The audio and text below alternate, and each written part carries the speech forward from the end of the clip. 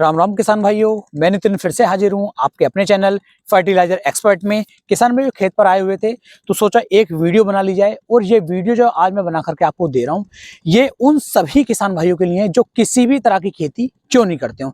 अगर आपकी कोई सी भी फसल है वो ग्रोथ नहीं कर रही है, बढ़वार नहीं कर रही है, फसल के ऊपर पीलापन लगातार बना हुआ है, चाहे हमारी मोटी मिट्टी हो और चाहे हमारी रेतीली मिट्टी हो, किसी भी कारण से अगर हमारी फसल की ग्रोथ नहीं हो रही है, बढ़वार नहीं हो रही है, कल्ले अच्छे से नहीं बन रहे हैं, पीलापन लगातार आ रहा है, तब आपको इन खादों का जो चयन है वो अपनी खेत के अंदर, अपनी फसल के अंदर करना है।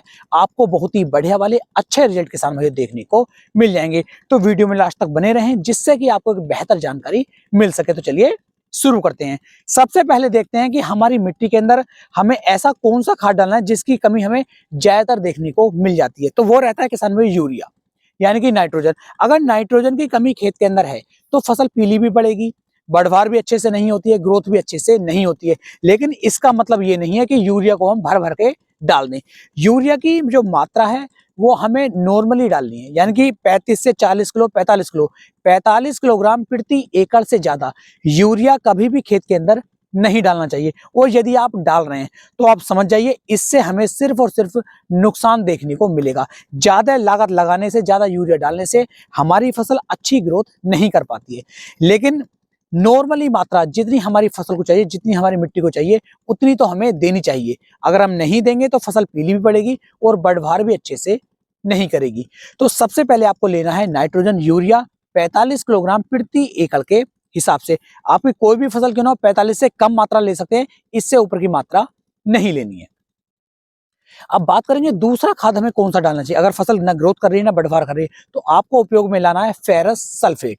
अब फेरस सल्फेट जो है किसान भाइयों, इसका उपयोग करने के बाद हमारी मिट्टी के अंदर जो लौह तत्व की कमी है, जो फेरस की कमी है, वो पूरी हो जाएगी। और सल्फेट इसके अंदर दिया गया है, सल्फर की मात्रा भी दी गई है, तो उसकी भी पूर्ति हमारी फसल के अंदर हो जाती है। तो इससे किसान भाइयों आपको काफी बढ़िया रिजल्ट देखने को मिल जाएंगे।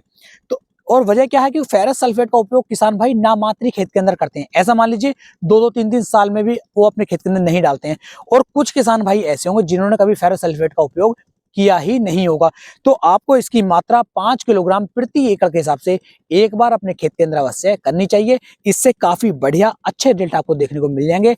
फसल गहरी हरी भरी होकर के चलेगी, पीलापन फसल के ऊपर बिल्कुल भी नहीं आएगा। तो ये रिजल्ट इससे आपको देखने को मिल जाएंगे। जो हमें तीसरा खाद उपयोग में लाना है वो लाना है किसान भाइयों अमोनियम सल्फेट। अमोनियम सल्फेट का उपयोग भी आपको करना चाहिए।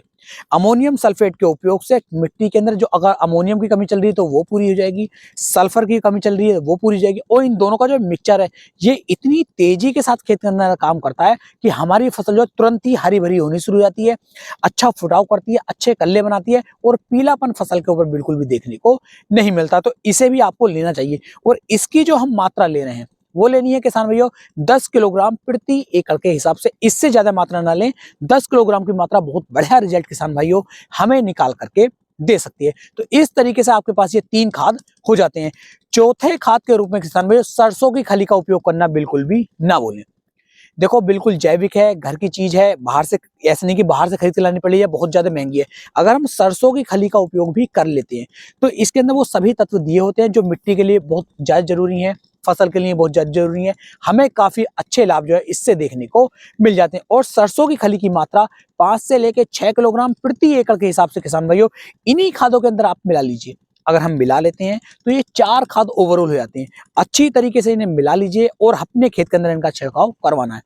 अगर रेतीला खेत है, जैसे हम यहाँ पर आए हुए हैं तो ये जो हमारा खेत है यहाँ के सभी खेत रेतीले हैं, यानी बहुत अच्छी मिट्टी नहीं है।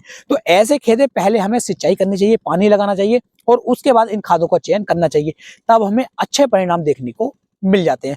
अगर मोटी मिट्टी है, अच्छी मिट्टी है, तो पहले आप खाद डाल दीजिए, उसके बाद सिंचाई कर दीजिए। तो मात्र 8 से लेके 10 दिन के अंदर बहुत बढ़िया वाले अच्छे रिजल्ट आपकी फसल आपको निकाल करके देगी। ये जो खादों का मिक्सचर मैं आपको बता रहा हूँ बहुत शानदार है और बहुत महंगा नहीं है।